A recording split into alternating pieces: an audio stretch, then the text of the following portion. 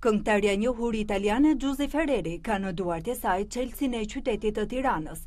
Simbolika që u jepet miqve të qytetit i është dorëzuar asaj nga kryetari i bashkisë Erion Veliaj, që vlerësoi praninë e Giusy Ferrerit në koncertin festiv të natës së bardhë, ndërsa ftoi të gjithë qytetarët që t'i bashkohen festimeve të organizuara nga bashkia. Përshëndetje të gjithëve, gëzuar festat, jam këtu me Giusy Ferrerin në Tiranë. Kjo është prova që koncerti do të jetë në darkë. Mezi presim që të kemi një koncert fantastik për natën e bardhë. Do të takohemi gjithë tek sheshi Nën Tereza. Do të fillojmë pak më herë, duke filluar nga ora 6, por pastaj Giusy do jetë aty në orën 9. Do të jetë një natë fantastike.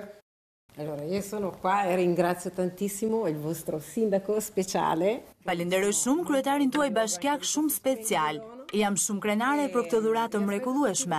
Ju pres të gjithëve te sheshi Nën Tereza, ku do të jem në koncert me orkestrën. Ju mirëpres të gjithëve. Con la mia band vi aspetto numerosi. Grazie.